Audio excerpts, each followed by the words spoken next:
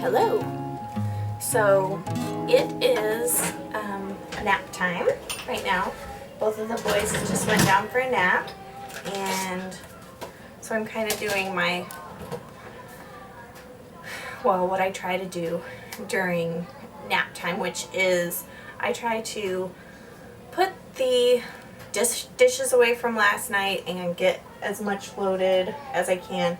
But what I do so that I don't get overwhelmed and don't get a chance to eat lunch is I just set the timer for like 5 or 10 minutes on the microwave, and that's how much time I spend on the dishes. And then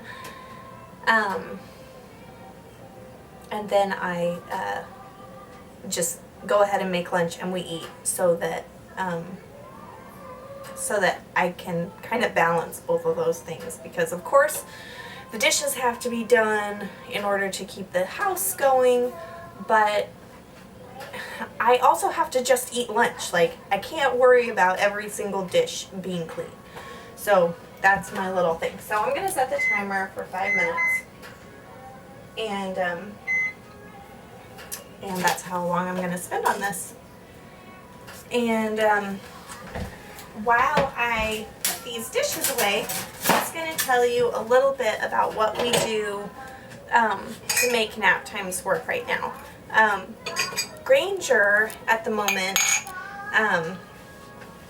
he seems to be going through a little phase right now where he is not going down quite as easily as he normally does, because he's been, I mean, pretty consistently since he was born. He's been my little daytime napper, but this week that's been switching up.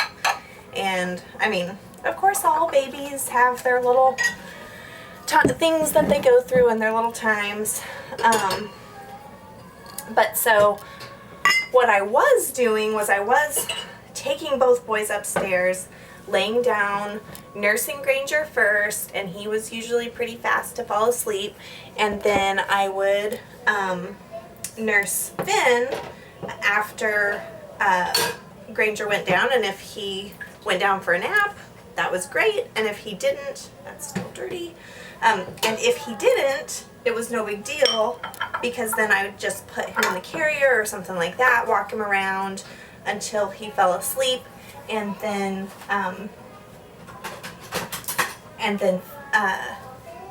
go up and lay him down in bed.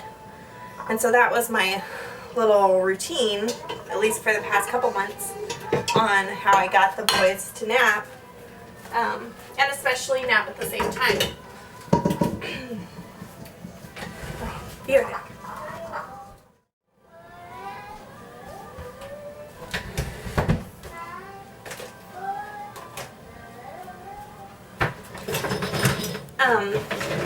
So that's how I was getting the boys down to sleep. I guess I should mention that the boys sleep in our bed. We do bed share with our babies. They are, we have the bed, we have the mattress on the floor, with very few blankets and pillows. I'm not quite as worried about it now that they are 9 months old. I know that the official recommendations are absolutely no blankets and pillows with the babies until they're a year old, but I just know that they can handle it. So yes,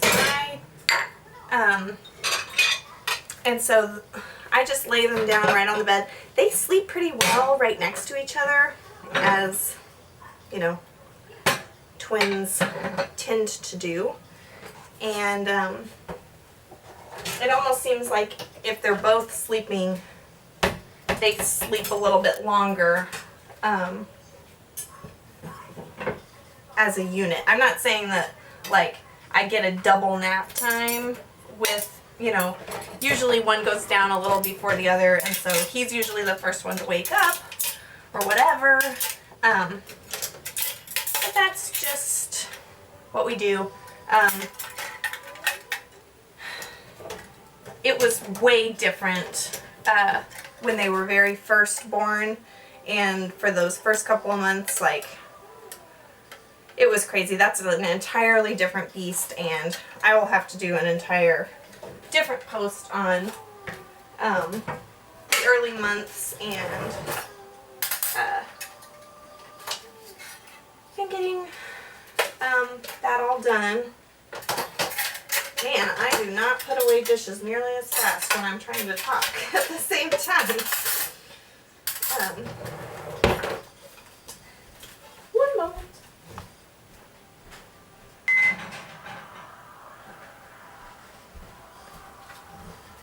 Okay, well, that little beep that sounded about 5 seconds ago means that my 5 minutes is up. Oh, and I was preheating the oven. Anyway, so I guess I'll just go ahead and stick our lunch in.